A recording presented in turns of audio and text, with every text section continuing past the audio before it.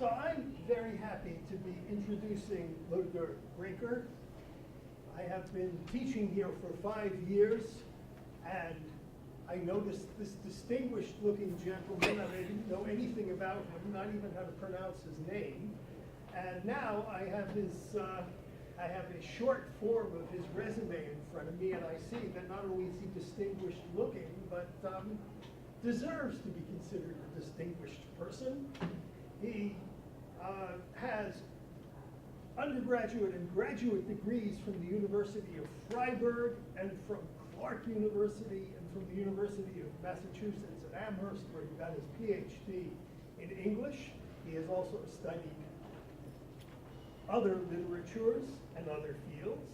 He has published extensively in modern American literature and in Shakespeare studies, and in various angles of modern American literature, including Jewish American literature and gay literature and other subjects too. And he's also an art collector and has thought deeply about art. And that last topic, thinking deeply about art, leads to the conclusion of my introduction. Professor Breaker is also a member of the faculty at Wayne State and at Macomb Community College, and somehow finds time to teach here too. Thanks, Louis. And of course, after this introduction, I should probably also say that all of this finds me just a tad outside of my, hold on, I need my eyes, otherwise nothing will be happening. Out of my comfort zone, because very clearly anything that I generally have published has not been about art, because as I often so proudly could say, I have neither any kind of history or academic training in art history. So maybe in the best sense, this is how it works, good. Maybe in the best sense of the word, I'm an amateur. I like things, I love things, and would like to talk about some of the things that I like, but I would like you to indulge me, although I'm going to give you a little bit of something here.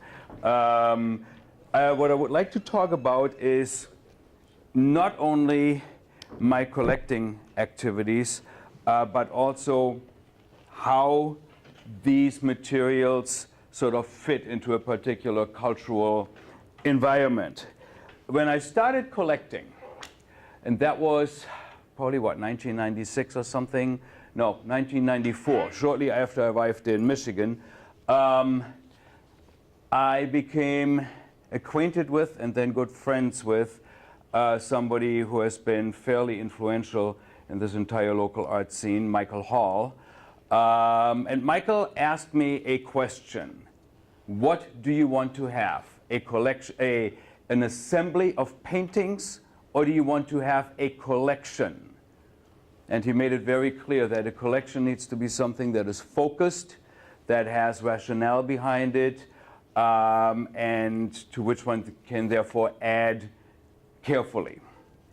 At the beginning, by the way, and just as an aside, my collection really consisted of two very distinct parts. One, a collection of 19th century lithographs of the city of Detroit. I had about 150 or so of those. And then the much more regionalist aspects, starting with works from the 1920s. Once I decided to downsize a little bit, those lithographs just had to go, I felt. And so those are now the property of the Detroit Historical Museum, to which I donated the entire part of that collection. I think I'd rather stand here. This makes it so much easier.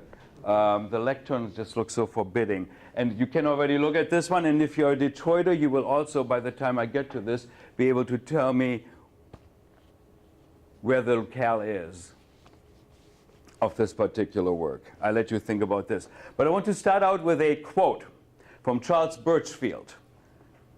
And this is a journal entry which he made on July 12, 1954. He wrote, "I will always be an inlander in spirit. The ocean does not lure my imagination. Without discounting its awe-inspiring grandeur, it is not for me. And surely it has a worthy rival in a hay or wheat field on a bright, windy day." When he wrote his reflections on being an inlander, Charles Birchfield was looking back on roughly 61 years of his life and articulating something he understood to be fundamental to his identity. This was the same Charles Birchfield who, in one version of art history, is identified as a pioneer American modernist, and in others, as a father of the American regionalist movement. In the big picture, I think he was both, but more importantly, to himself, he was an inlander. By 1954, Birchfield had concluded that his identity had everything to do with an idea of self that could not be separated from an idea of place. The modernist and the regionalist in him were both entwined in his identity as an inlander.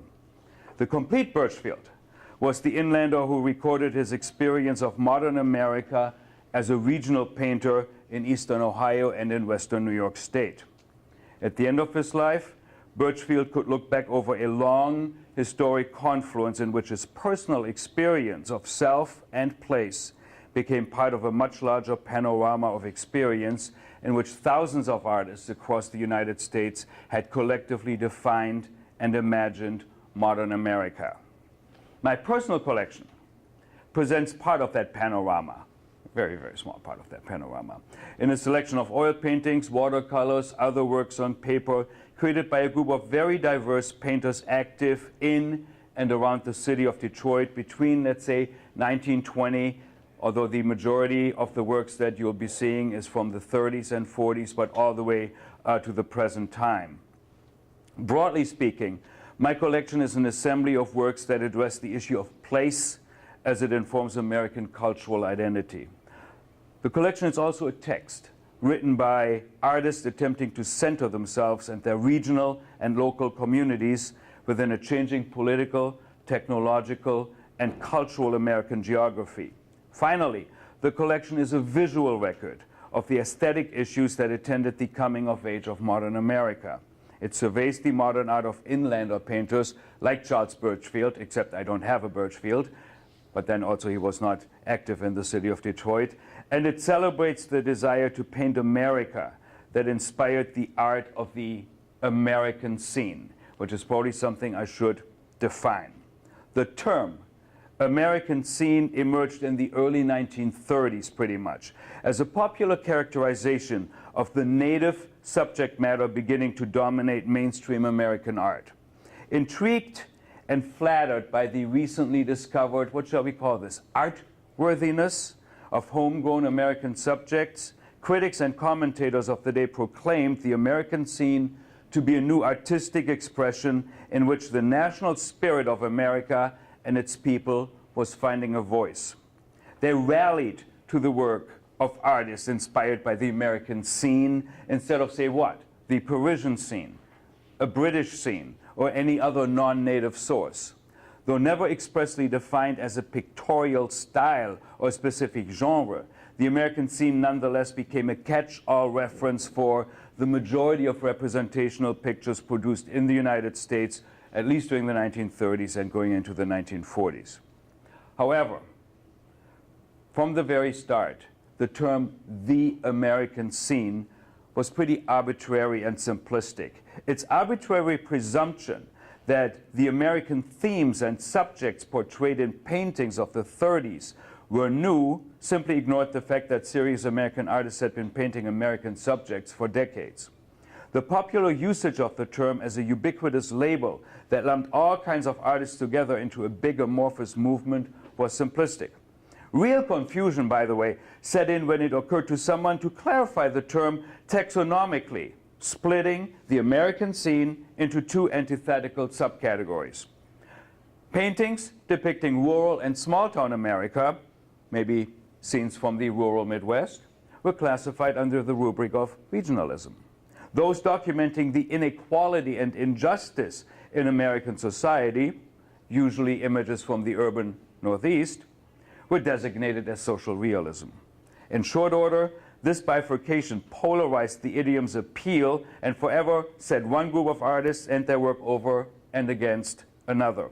After 1950, the whole confused and fractured issue of the American scene, I think, pretty much went into the dustbin of history. Tainted by its evocation of the Great Depression and sundered by the sectional and ideological schisms built into its binary identity, the American scene has generally been dismissed as an embarrassing, misguided period style. It has survived as little more than a footnote in many, many texts on American art published until fairly recently. There are, I believe, however, reasons to reconsider and even rehabilitate the American scene. Early 20th century American artists did put a lot of effort into an extended search for their artistic self-identity, and that search did create a mountain of works addressed to American subjects, particularly landscapes.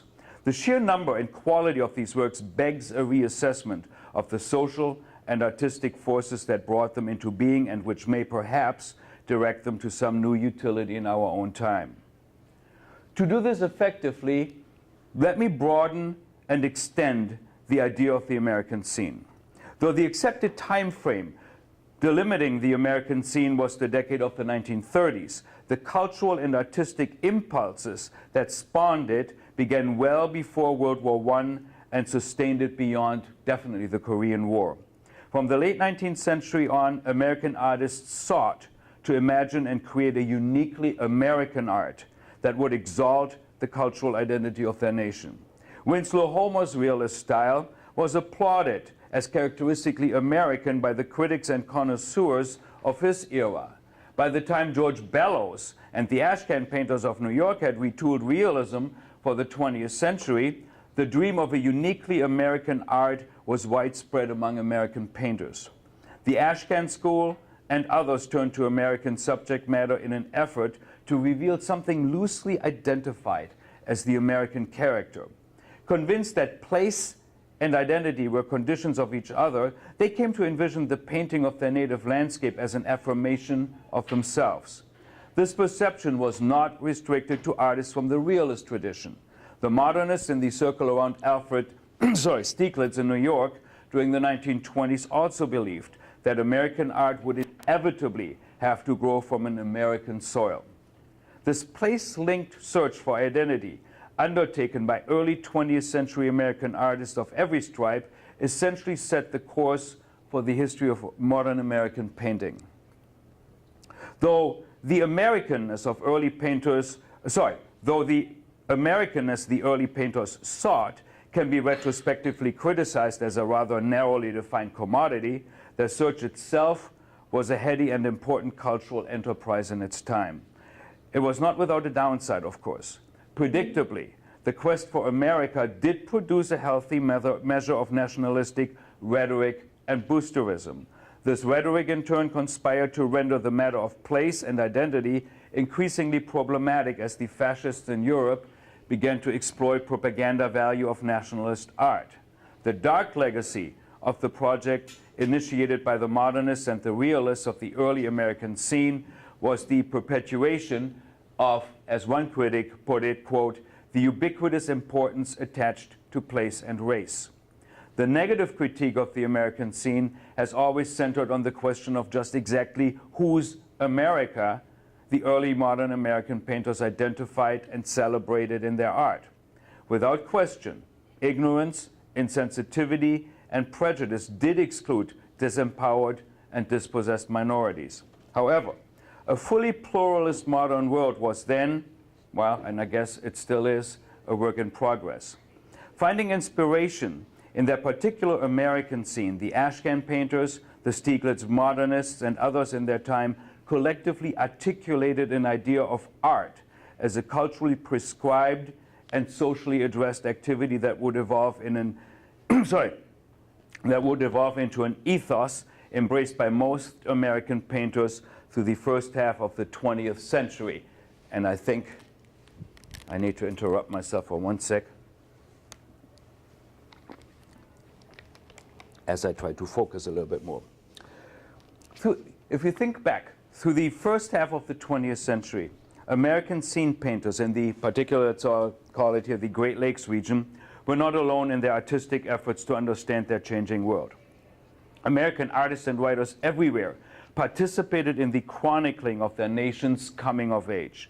A changing world demanded a new identity, and in the second decade of the new century, local and regional identity was being reshaped and newly asserted all across the United States.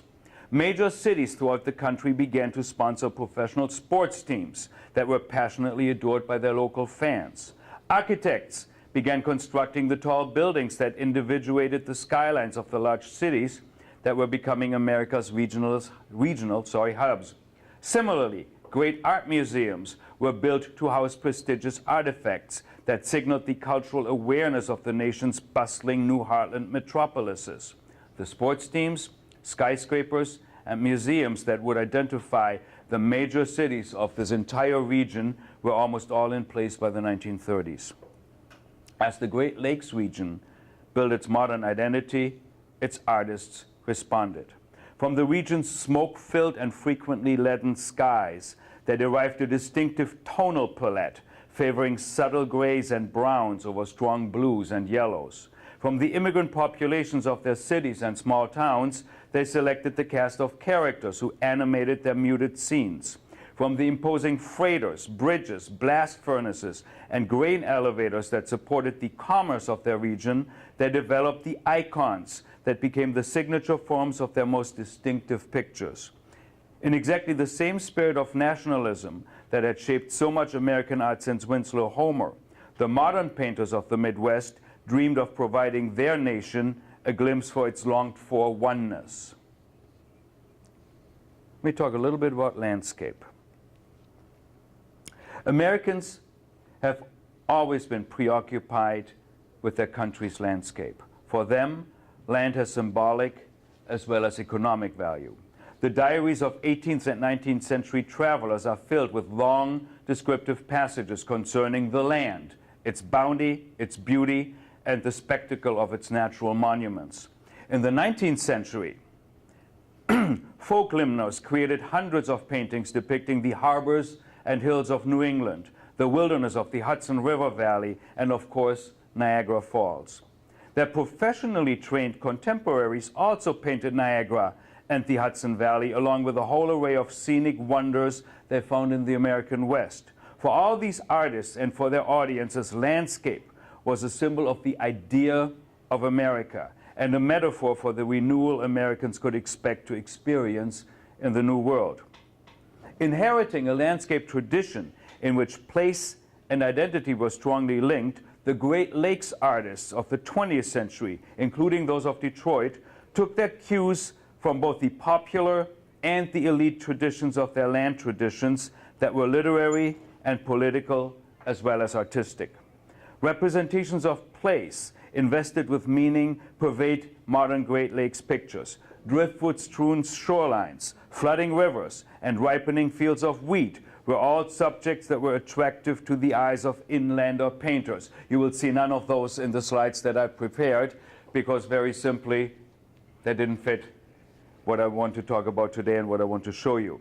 To them, these subjects symbolize the uniquely American richness and vitality of the Midwest. Similarly, views of cities, factories, steel mills, and lake freighters spoke to their idea of American ambition, inventiveness, and progress.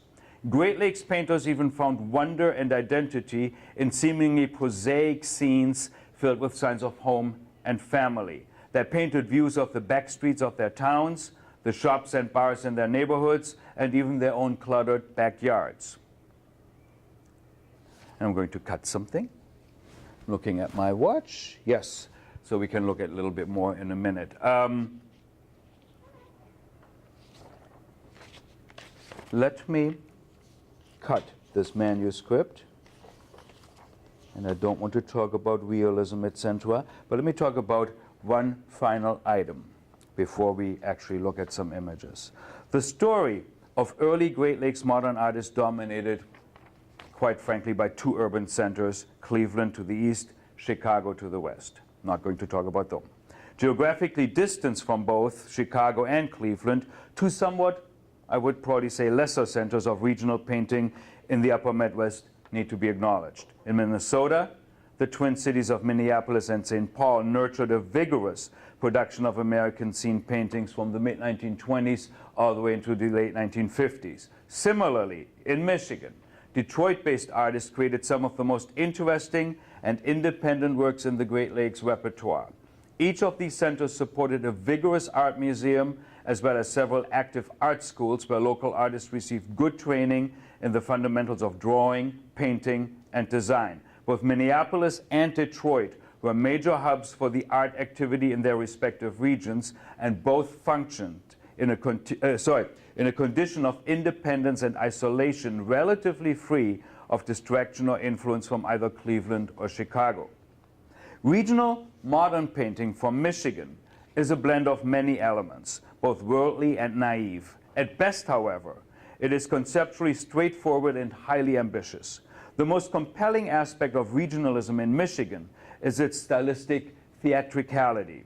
Michigan's painters saw both the great and the mundane aspects of their local landscape as being charged with energy and drama. The city of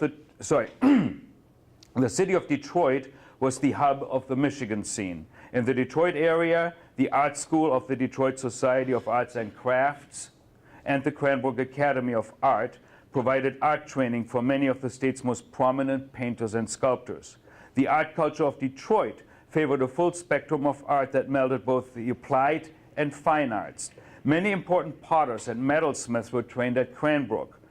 Though some of the city's painters worked as illustrators, particularly in the automotive industry, few possessed the cross-media versatility that, for example, we have seen lots of the artists from Cleveland.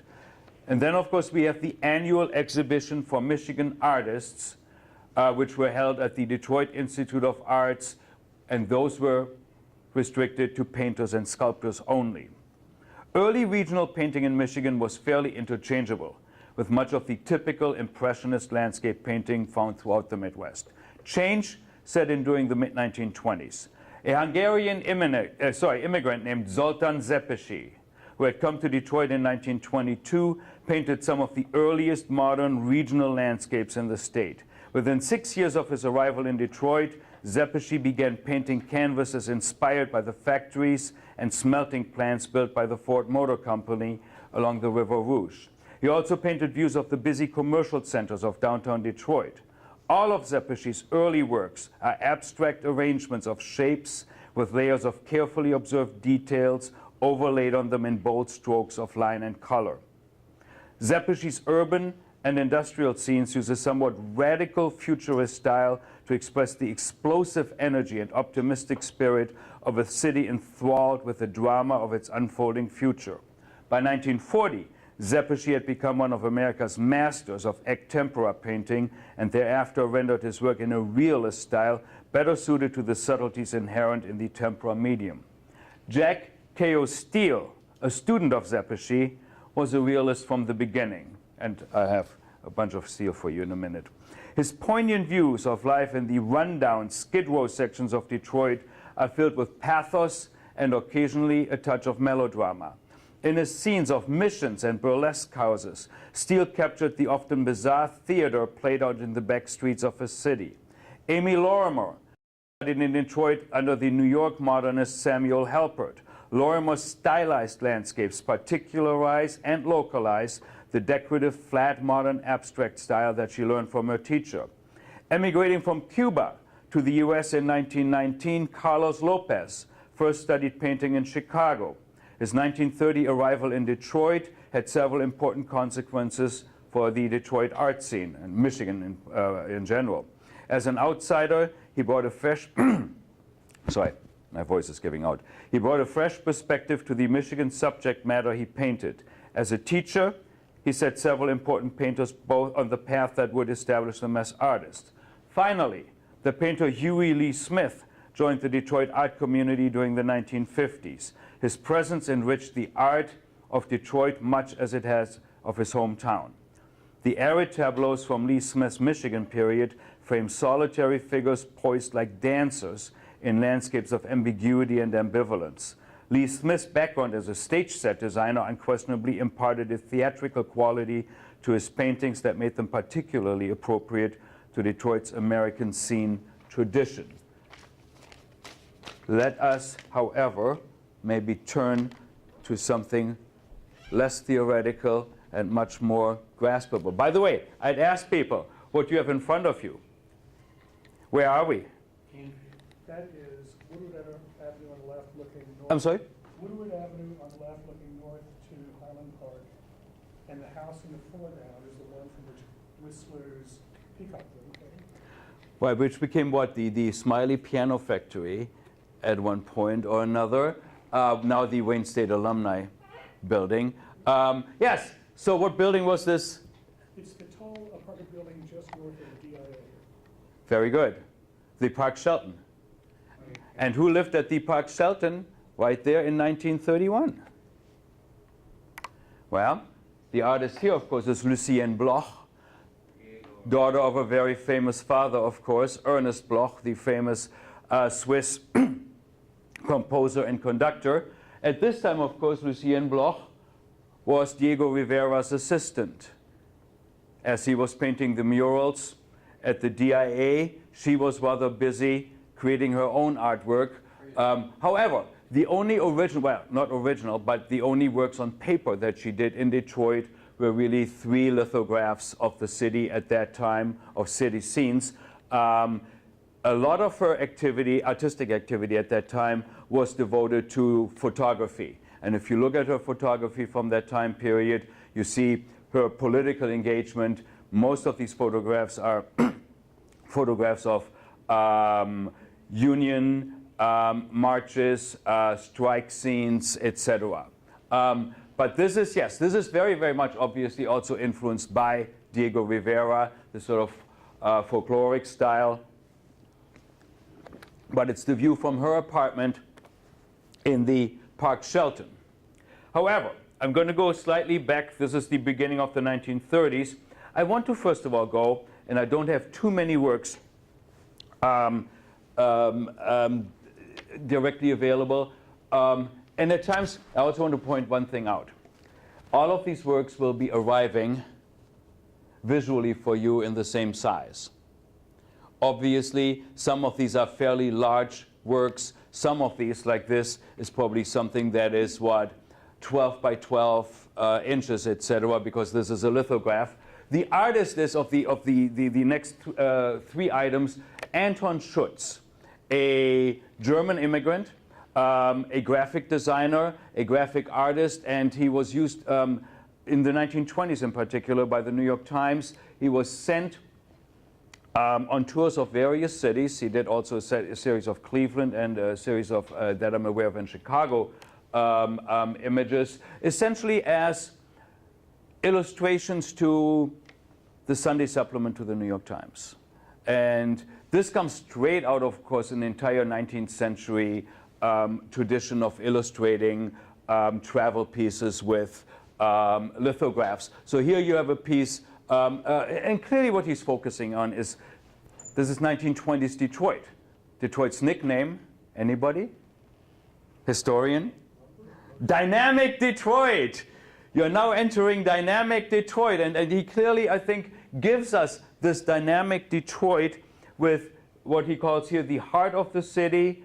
Here another downtown view. And then for me, I think maybe more interesting, this incredible view from Belle Isle across the MacArthur Bridge at what of course then was or became then the Uniroyal plant. And what you of course see, if you look at all these smokestacks, etc., you see a city that is booming. And that's of course clearly the impression also that people had of Detroit in the 1920s.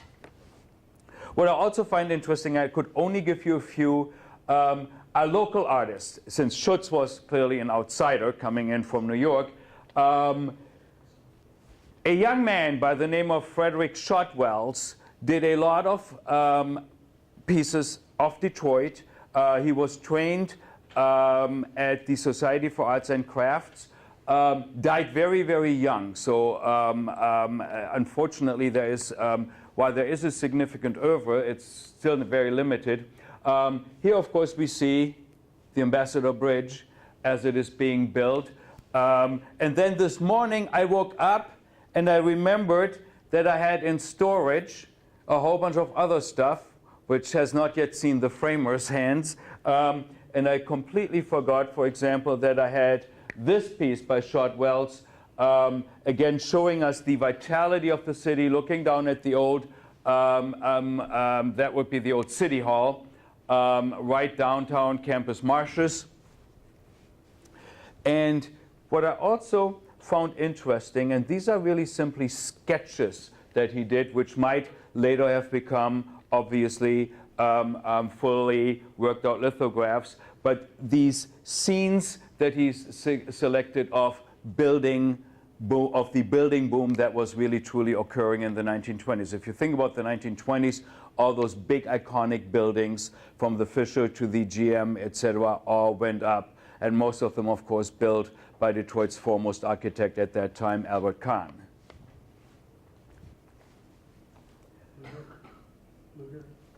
Oh, I'm sorry.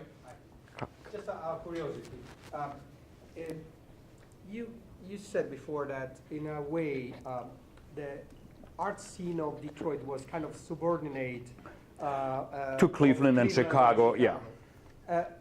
So I don't know very much about the history of these three cities, but I always had the impression that in the 1920s and 30s, Detroit was really, like you are showing now, booming. It was. Right? So what's the meaning of this subordination, and why, especially for Cleveland? I could understand a little bit more about Chicago, but why about Cleveland? It has a lot to do, I think, with the fact what Detroiters, or let's say also a Detroit elite, a moneyed elite, was spending its money on. Detroit was never this great a town in terms of supporting the arts as those other cities really were. And that really shows. I mean, it's quite interesting. Even if you go into the 1930s, and not necessarily into the art scene, but into the literature scene, while Detroit had the largest John Reed Club in the country, the John Reed Club was essentially the literary front for the Communist Party. Very, very little really came out of the Detroit John Reed Clubs in terms of actual publications. We have several relatively minor novels, but again, other cities, again, took the lead. Detroit was really seen as what? It was a blue-collar town. It was priding itself on its maybe what? Rough and tumble ways, in which the arts clearly did not necessarily were seen as the most important thing. However, the other thing that I wanted to point out and is the following. Many of the artists whose work you're going to be seeing were all trained in one place, and that is Cass Tech. Many of them first went there because of its superb art programs. Many of them then went on either directly into industry, illustrators, designers, etc., in the automotive industry, and many, of course, then went either to the Society of Arts and Crafts or to Cranbrook to become professional artists. Now, what I took and what I have here, I just have 2 or 3 examples, are actually all works done by high school students still at Cass Tech in the late 1920s. It just simply shows the incredible versatility and the incredible craftsmanship of these students, many of whom, of course, then went on to major careers. But here, I really have selected just a few items. Yes, of course, here you can see something, you know, where, what, a teenager's imagination is running wild. Is that a woodblock? I'm sorry? Is that a woodblock? Yes, this is a woodblock. Absolutely. But then down to little homegrown scenes, and in particular this one, even by this anonymous student artist, obviously identifiable just by, if you look above the shoemaker, Magyar something, more than likely a Del Rey scene, because Del Rey had a very, very large Hungarian immigrant population at that time. Just something I'm surmising. However, the 20s and its boom times gave way very, very quickly in the Great Depression to a very, very different kind of Detroit. Detroit was the city hit hardest during the economic downturn of the Great Depression. And at times, certainly the word was that the mayor of Detroit spent more time in Washington, D.C., begging for federal help than he was actually spending time in Detroit. That particular spirit for me is so well caught by Lucien Bloch. We first saw the Park Shelton view, which is simply called Detroit. This one is simply called by her Detroit. This is 1932. Again, we're on Belle Isle. We are looking across the river. But where Anton Schutz had given us these smokestacks that were all what? Showing factories in full operation. Here we are getting this desolate landscape. Even the children who are there in the foreground seem what? Forlorn. There's something quite different in the way in which artists now, of course, responded to the very different economic times. I just decided to put these two, as imperfect as it is, side by side. The Schutz piece from the 20s and then the Lucien Bloch piece from the 1930s. Just the expressiveness of both pieces gives us a completely different outlook on life and obviously of expectations. And the final piece, which always amuses me most, that Lucien Bloch, while she was working for Diego Rivera. By the way, Lucien Bloch is the person we can also be thankful for two things. Number one, in the 80s, she came back to the DIA with her husband and helped restore the murals in the Rivera court. And of course, after Detroit, she followed Rivera to New York, where he did a huge mural in Rockefeller Center, which of course featured among all the workers of the world who are unitedly standing there, a portrait of Lenin, which so incensed the Rockefellers that they had the piece essentially destroyed overnight. And Lucien Bloch, with the help of her friend Frida Kahlo, essentially diverted the attention of the guards. The mural had already been blocked off, and so Lucien Bloch could go behind the scaffolding and take the only extant pictures that we have of the mural. But this is the piece that I often consider my favorite among these. Same time period, with a highly ironic title, Industrial Uprising, where you see this contented factory worker in the backyard of his house, all the way down to his feline friend. Maybe that's why it appeals so much to me. With the complete industrial background, of course. But it's one of those scenes, you know, instead of industrial uprising, often much more, I think of it as an industrial idol, which is quite interesting. I mean, here is Lucien Bloch, working with an avowed Marxist who is looking for revolution and yet giving us what a decidedly unrevolutionary picture and image. And of course, workers and the depiction of workers plays a significant role in so many works during this time. This is Edward Ferguson, for example, generally more known as a Flint artist, the newspaper reader, but also several Detroit artists, among them Peter Gilleran. And I would like to mention Peter just because he became a personal friend. Peter Gilleran, and many of these early pieces, by the way, I like to point out that I have, I came by way of eBay about 15 years ago or so, when the works that belonged to a Miss Mary Davis, who had been the print making teacher at Cass Tech in the 20s, 30s, and 40s, came up for auction. And apparently she had kept some of the better examples of her students' work. When I showed these to Peter, he was absolutely dumbfounded. By that time, he was a man in his late 70s. But very interesting for me is this. It's not just, you know, this pushcart vendor someplace in the city of Detroit. But very clearly it also shows us that the young and aspiring artists of the city had been visiting the Rivera court and had been taking their cues from Rivera's art, clearly visible in here, in particular when compared to something much, much more conventional, a little Detroit street scene, and then compared again to this, Rivera, maybe with a little bit of German Impressionism mixed in, that was certainly influencing people. And just for a point of comparison, I just decided to jump ahead and show you a couple of these stylized industrial landscapes that Peter Gilleran then did in the late 1980s. So there, he went back to his early origins. In between, he had done many, many abstract works. So starting as a realist and ending as a realist in many, many ways. And here's the other one.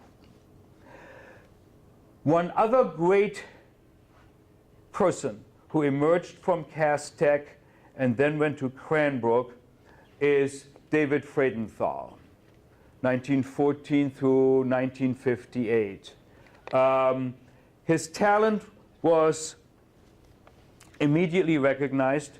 Miss Davis, in fact, the print teacher at Cass, gave him many personal loans, and obviously in return, I guess this was the collateral. He gave her a good number of works. And in particular, in the early 1930s, he depicted many, many scenes at WCCC camps, WPA projects, etc. So we have card players here, and people essentially reading here. Freudenthal, of course, after he completed his education at Cranbrook, went on, lived in New York, was professor of art at Columbia, Guggenheim Fellowship, and unfortunately then in 1958 committed suicide while he was on a Guggenheim in Rome. Speaking about Cranbrook, this piece has condition problems in addition from my having to use a flashlight to photograph this. One of the great, let me rather put it this way.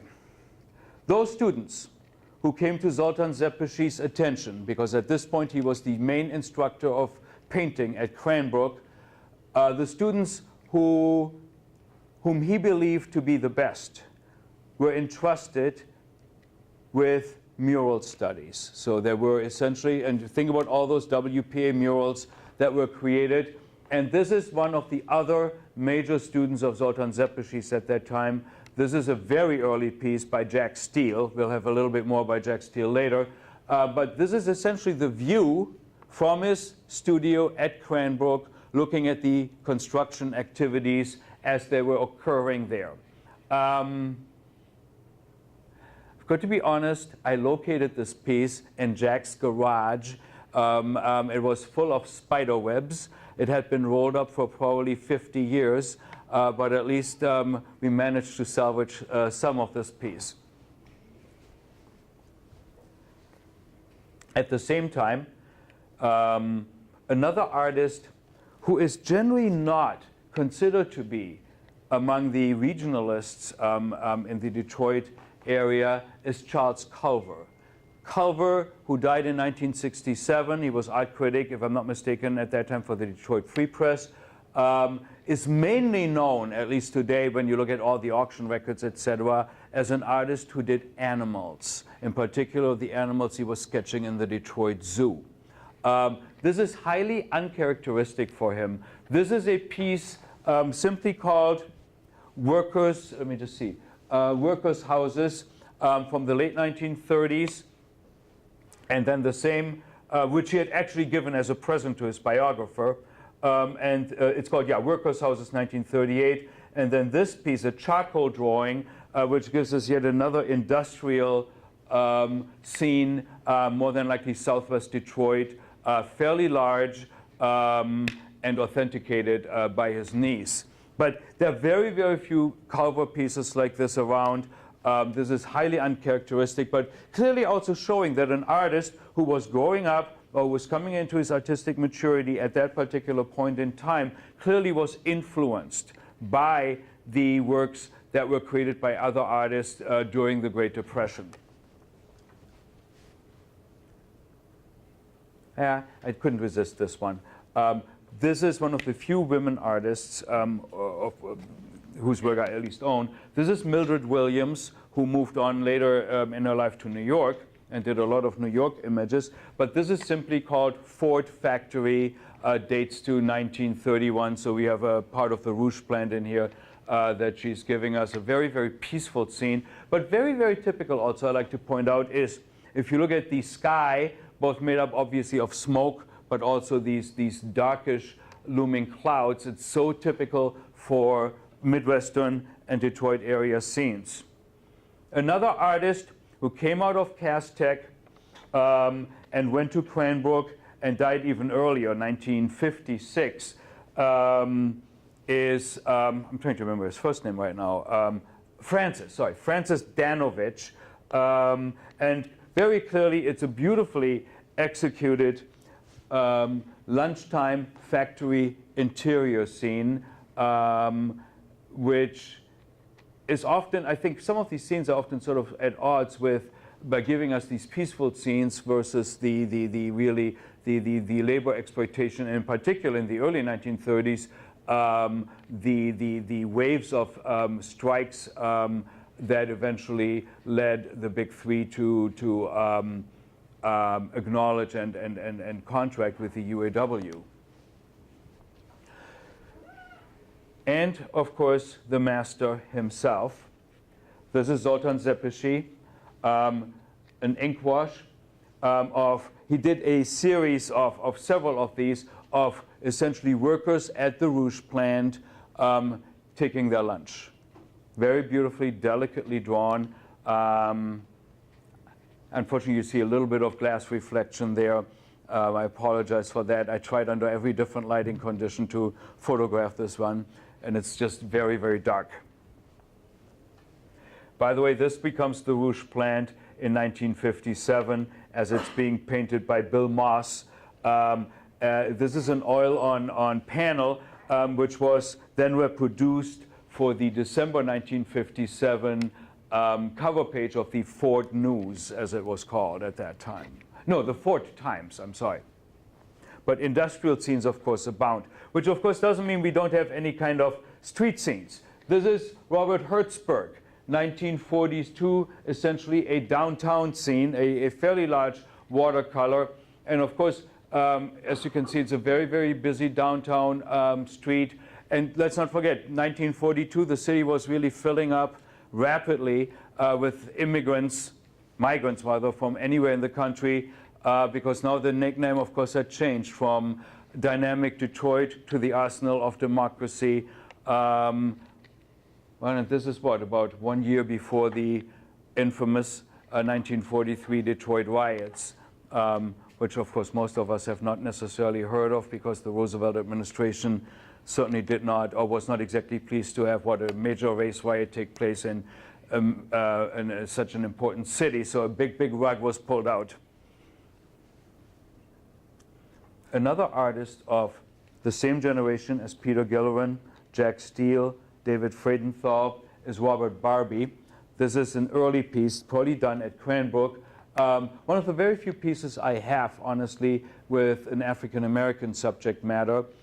Someplace in Black Bottom. We have the barber shop, etc. It's a beautifully executed small drawing. Down to another piece of his.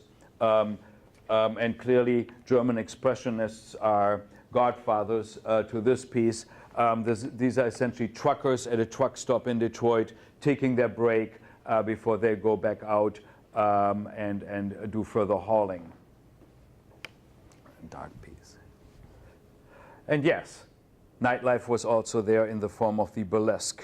I had a different piece for that, but oops, sorry, since I sold it, I didn't want to show it. And then we have, I'm sorry, what? Could you pause? That picture, that building, if I'm not mistaken, still exists. I'm sorry? Yes, the building is still downtown. Absolutely, yes, very much. And I think from what I read about the development plans is they want to keep the facade. Everything else is going to be gutted from what I've seen. And in fact, Jack Steele said a good number of his early paintings inside in the interior of this. And of course, then you have these typical scenes, such as this early 1940s piece of Detroit backyards. And I could probably show you 10 of those, which are so typical in the city, these alleyways, these backyards, etc. And yes, this is a Midwestern landscape. I took this slightly out of sequence. This is probably 1946, maybe 1947, by Jack Steele, with a strong, of course, horizontal perspectives, then the incredible vertical. It's called, well, he called it for it by himself, the glove, because you have this tiny little yellow glove in there. But it's a scene outside of Detroit. This is Ann Arbor, and that's what's generally referenced these days as Ann Arbor. But it gives you everything that you can, of a Midwestern landscape, the industrial aspect, the dark and moody skies, the muted tones, everything that I think one could expect is there, as it is in this one by Ernest Skanes, who had been actually working for GM in the advertising department in his entire life. This is a tempera on board. No idea about the original title, since it didn't come with any title, but it's obviously some sort of a, outside of the city, some sort of a drag race that is going on and that is being watched by people. As you can see, these cars turning around, the incredibly moody sky that we see in here, beautifully done. And then two watercolor artists, again, very active from the 1940s on. Warren Simpson on the one hand, and this is by him, obviously workers on their way to or from work, but walking under the Ambassador Bridge. And John Tabb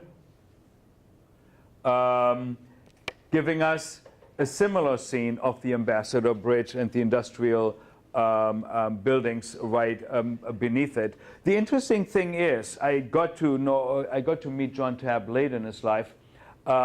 He also saw the Warren Simpson piece that I have, and made an interesting statement that he and Warren Simpson had actually been standing next to one another. So those two works had actually been created at exactly the same time. And of course, water plays a major role in the city of Detroit, whether it is something as quiet as this.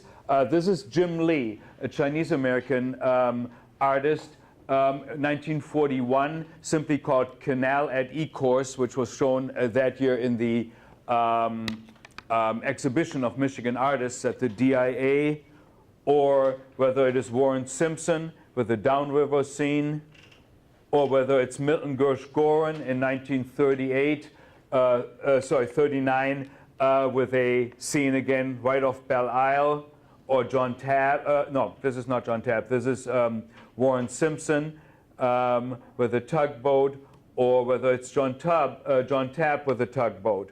All of these, and there's so many, obviously, scenes of freighters, of ships, of boating, etc., which are simply pervasive.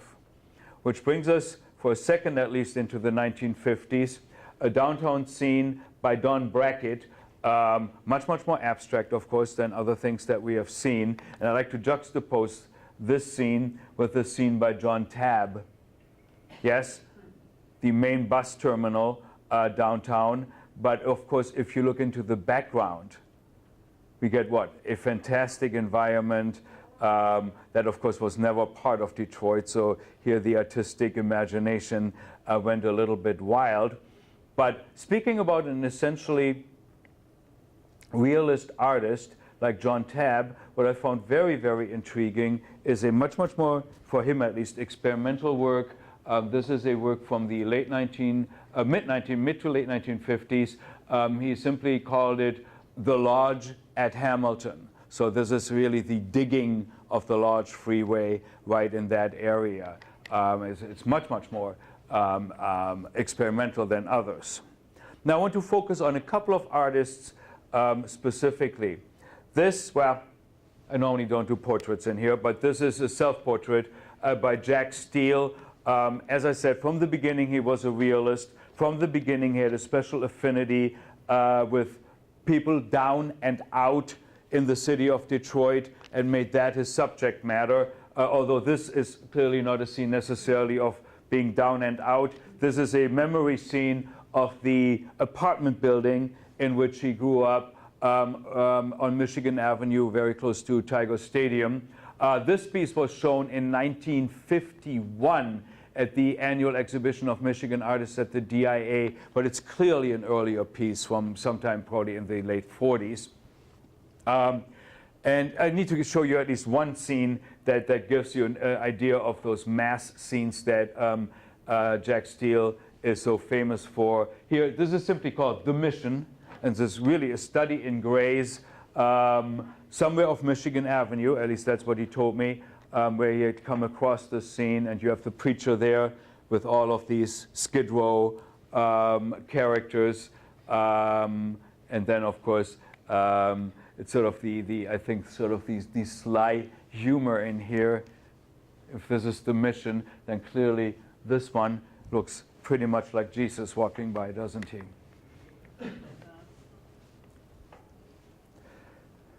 Similar image here as well, a lithograph, a very large lithograph of similar characters.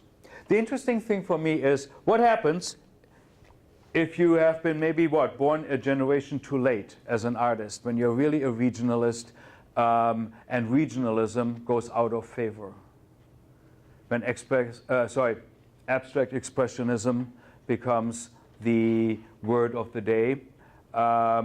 And Jack Steele is one of those people who simply continued painting as he wanted to, whether his work found exhibition space or not really did not make much of a difference to him.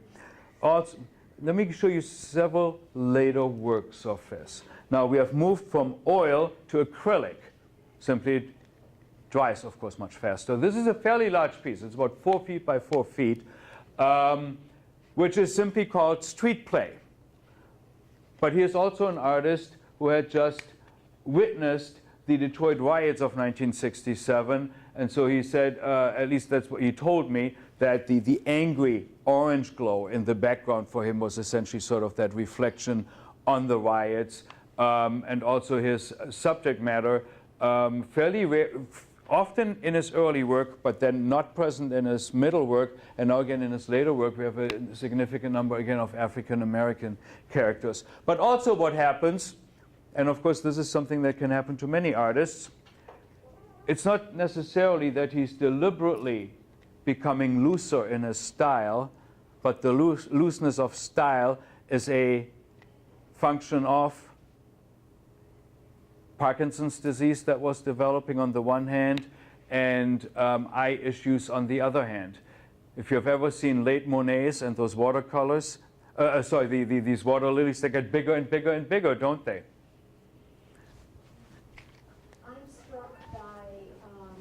I need to come closer because I'm so congested, my ears are totally clogged. Well, then I'll just speak louder. I'm capable of Okay. I was struck when I saw that image of how less powerful it is because of the color. The color makes it playful rather than haunting. Right. And I think that, as someone who deals in communication, that the ominous quality of the fire is lost because it blends in with the color, and had that been the only color in the picture, I do agree with you, especially far more dramatic. if you want to do the street play, which is what I think what he's emphasizing more so, that despite whatever has happened, these young characters, these kids, are nevertheless still children. One second. Another scene, like a backyard scene from the late 1960s, very similar. And then even in the portraiture, as you can see, these works, these images get bigger and bigger. These, he said, were 3 black men whom he had seen in the back of a pickup truck, and he had just very, very quickly sketched them. and he simply calls it Solitaire. I think the title is self-explanatory, but it's a haunting image. And the last sort of completed work, at least by Jack, is something relatively straightforward, and yet it also shows a significant decline. I think this is dated 1970, and it's simply the Ambassador Bridge. And then what you do with a work such as this. Difficult to photograph because it's about 7 feet tall, acrylic on board. It clearly gives you what? A hodgepodge of things. Obviously, the artist had not yet determined what he was going to do with all of this. And he actually told me, oh, I'll finish it for you.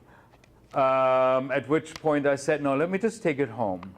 Because I had seen other work that he had tried to finish for other people when he virtually could no longer see. And had just essentially taken paint and blotched very nice works with this. Now, however, let's also not forget that representational artists did not just die out with the emergence of abstract expressionism, etc.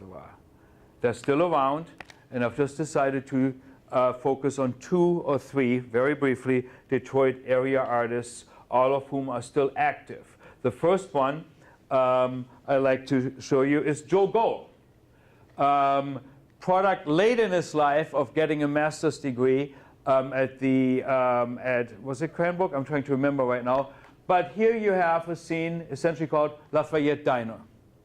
A lovely street scene, slightly cartoonish, so very clearly different kinds of influences when you look at Joe Gold's work. Or, for example, something like this called The Riggers. Yes, it's an industrial scene. Yes, definitely sketched in Detroit. And yet, clearly, this is no longer social realism.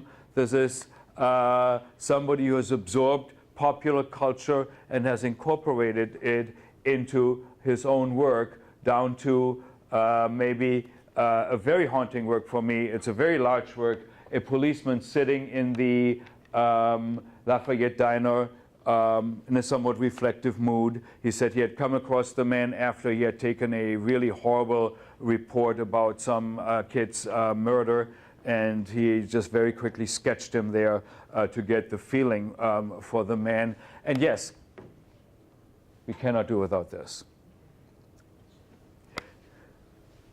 At the same time, there's one image by another contemporary artist, Donato Mancini. It's called Teenage Dance.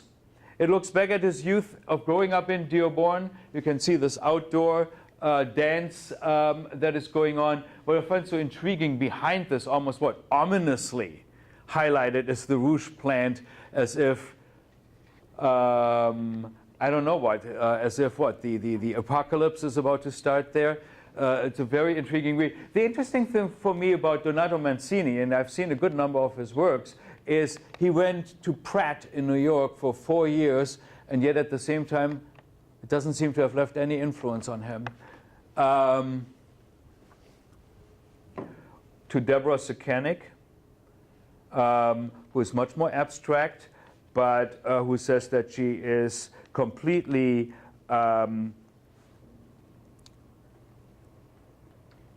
looking back in this particular piece at her grandmother's backyard in Hamtramck, obviously with the lower part also remembering her grandmother. These are quite different pieces from what we saw earlier. These are contemporary artists who are trying to incorporate a sense of place and identity into their works. And the last artist I just very briefly would like to introduce you to is Nancy Patek. That's a very early work, and she, I'm sure, would be very embarrassed if I showed this to you. It's sort of a Southwest Detroit scene. As you can see, the buildings seem to be crumbling. The vegetation seems to be overgrowing things. But more intriguing for me are the industrial pieces, or the pieces with industrial subject matter that she gives us. In particular, this piece, which I just love, the Seven Sisters on the east side of Detroit, before they were obviously imploded. She wanted to have a visual record. However, Nancy Paddock is not much of an artist who paints in oil on canvas. She is a superb artist on paper, generally engaged in doing very large drawings, 3 feet by 2 feet, etc. And these were very difficult for me to reproduce for you on here, because when you have a thing under glass, there's going to be a reflection somewhere. So at least I tried not to get my bald head into this. But this is just from a sequence of images that she did in the late 1990s of the train station, of the Michigan Central train station, from all different kinds of angles, with, of course, all different kinds of distortions, down to the interior, which she had toured actually with her brother, who then was a Detroit cop, down to something much, much more idyllic, a view of Zug Island. And I want to end, unfortunately, again, with the glare in there, with one image that I find, and unfortunately it doesn't come through in this, particularly haunting. This was the first image that got me to open my checkbook and start collecting. This is a piece by Nancy Paddock from the mid-1990s, simply entitled Brush Park, giving us that desolate landscape that Brush Park at that particular point had become, and which I saw at the Detroit Artist Market. And I just said, I respond to this. And that's where I decided just to end with this, because that's where it all had started for me. Thank you. Any questions? What dealer, are there dealers that handle Nancy's work? I'm not sure if anybody's handling her work right now. She has her own website now. Del Pryor had her, but of course that's long gone. There were several other places. P-A-T-E-K, Paddock. I don't know that there's a connection with Detroit. I'm sorry. I don't know that there's a connection with Detroit, but earlier you showed a woodcut, and I wondered if you'd ever run across the name Lind Ward. What is the name? Lind Ward. He was doing what were called novels and woodcuts in the 20s and 30s, but they were about the Depression. Right. So he's been probably Doesn't ring a bell to me within me right now. My ears are ringing, but not the name. Yeah, I couldn't give you an answer to that. I have a question. I don't know. I'm going to just come closer, because everything is double. The palette for Detroit, it may be what you prefer to collect, but it's very dark, even when it's colorful, compared to like other industrial places like New York. Yes. And is that your preference, or is there? It's not a preference, but it's also, I think, a reflection of a Midwestern landscape, the muted, the much often more leaden skies, etc., that we have in here. But that is something that you find in many, many Midwestern artists. Okay. That's simply a reflection, I think, of the environment that they're reproducing. But I think you're right, because I mean, most of the time there are no what? Bright blues, bright yellows, etc. Absolutely.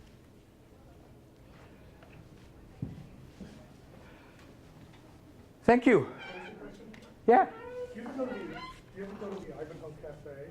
The what? The Ivanhoe Cafe in Cold Town? Oh God, I haven't been there forever. It's been open 100 years. Yeah. And in the men's room above the urinal is a nude, and she's bleak. I wonder if there's such a thing as a non-bleak painting to come out of Detroit. Need to take a look. Thanks again.